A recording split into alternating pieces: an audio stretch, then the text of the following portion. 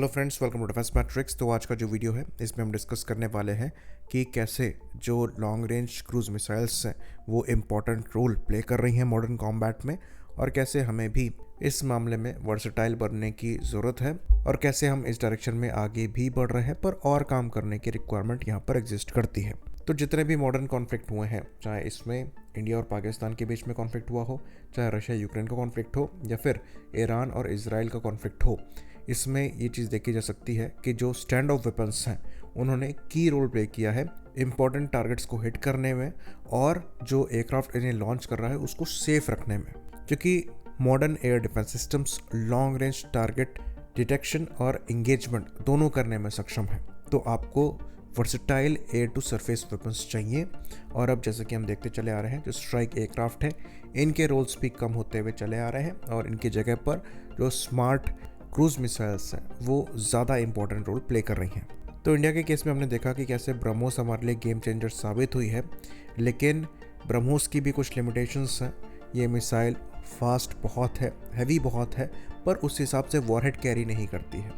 यहाँ पर आपको मात्र 2 से 250 किलोग्राम का वॉरहेड ही मिलता है। अगर आपको ज़्यादा बड़ा वॉरहेड डिलीवर करना है लॉन्ग रेंज में, तो उसके लिए ज़्यादा सुटेबल जो मिसाइल है ये स्कैल्प है, जो कि रफाल से फायर करी गई थी, और ब्रह्मोस के मुकाबले दुगना वॉरहेड ये डिलीवर करने में सक्षम थी, और इन्होंने किया भी। जो बड़ी डैमेजेस आपको दिखाई दे रही हैं उसमें ज़्यादातर स्कैल्प द्वारा इन्फ्लिक्ट करी गई डैमेज है। तो ये स्टेल्दी क्रूज मिसाइल्स सबसोनिक हैं, लो लेवल फ्लाइट कर सकती हैं, और एनिमी एयर डिफेंस सिस्टम्स को चकमा देते हुए टारगेट तक पहुंच सकती हैं। इवन रशिया यूक्रेन वॉर में भी इन्होंने अच्छी खासी सक्सेस यूक्रेन को दिलाई है, पर इसका मतलब ये नहीं है कि ये इंटरसेप्ट नहीं हो सकती। स्पीड यहाँ पर सबसोनिक है, अगर ये आइडेंटिफाई हो जाती हैं तो ये इंटरसेप्ट भी हो सकती हैं। लेकिन ऐसी क्रूज मिसाइल्स मॉडर्न कॉन्फ्लिक्ट में ज़रूरी बहुत है। अनफॉर्चुनेटली इस कैटेगरी की मिसाइल्स हम नहीं बनाते हैं। वहीं पर यूके और फ्रांस की बात करें तो उनके द्वारा अभी से काम किया जा रहा है इन मिसाइल्स को रिप्लेस करने के लिए, जहाँ पर वो स्ट्रैटस मिसाइल पर काम कर रहे हैं, जो कि MBDA का प्रोग्राम है, और यूके और फ्रांस दोनों द्वारा इसको लेकर आगे बढ़ा जा रहा है। तो बेसिकली स्ट्रैटस में 2 तरीके की मिसाइल है। पहले स्ट्रैटस एलो है, जहाँ पर एलो का मतलब है लो ऑब्जर्वेबल, और ये आपकी स्टेल्थ क्रूज मिसाइल्स है। ये बिल्कुल वैसी ही हैं जैसी आपकी स्केल PG या फिर स्टॉर्म शैडो है, पर स्टेल्थ कैरेक्टरिस्टिक्स वहाँ पर ज़्यादा बेहतर किए गए हैं। रेंज एक्सटेंशन आपको मिलेगा, और मिसाइल की स्ट्राइक कैपेबिलिटी भी इम्प्रूव होगी। वहीं पर जो दूसरी है ये स्ट्रैटस RS है।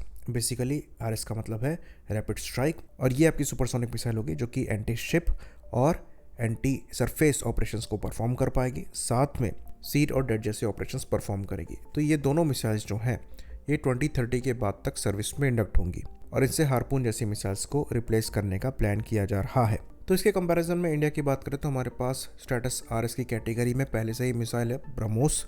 इसके भी हम दूसरे वर्जन्स को बना रहे हैं जो कि वज़न में हल्के होंगे ताकि दूसरे प्लेटफॉर्म्स भी कैरी कर पाएँ। तो हम पहले से ही इस कैटेगरी में वेपन को पजेस करते हैं। लेकिन जब बात आती है स्ट्रैटस एलो की, तो वहाँ पर हमारे पास कोई वेपन नहीं है।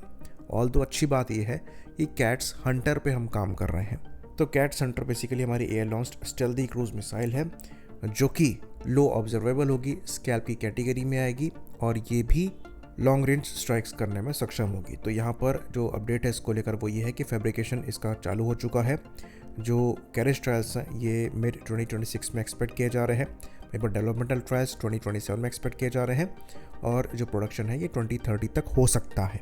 बाकी निर्भय मिसाइल या फिर ITCM मिसाइल के भी एयर लॉन्च वर्जन पर काम किया जा रहा है, जो कि सबसोनिक मिसाइल होगी, स्टेल्दी नहीं होगी, पर लॉन्ग रेंज स्ट्राइक करने में सक्षम होगी, जो कि 1000 से 1500 किलोमीटर तक की मैक्स रेंज के साथ आएगी। तो हमारे पास हर कैटेगरी की क्रूज मिसाइल्स होने वाली हैं। खाली एक स्टेल्दी क्रूज मिसाइल हम लैक कर रहे हैं, जिस पर काम हमारे द्वारा किया जा रहा है। अब आपका सवाल ये होगा कि हमने MBDA के प्रोग्राम को यहाँ पर क्यों डिस्कस किया है। तो ये न्यूज़ निकलकर सामने आ रही थी कि MBDA द्वारा हमें स्ट्रैटस के प्रोग्राम को ज्वाइन करने का ऑफर दिया जा सकता है। अब ये काफ़ी एडवांस क्रूज मिसाइल्स हैं, और हमारी सर्विस में जो स्कैल्प मिसाइल्स हैं उनके नेक्स्ट वर्जन्स हैं, तो हमारा यहाँ पर ज्वाइन करना लॉजिकल बनता है।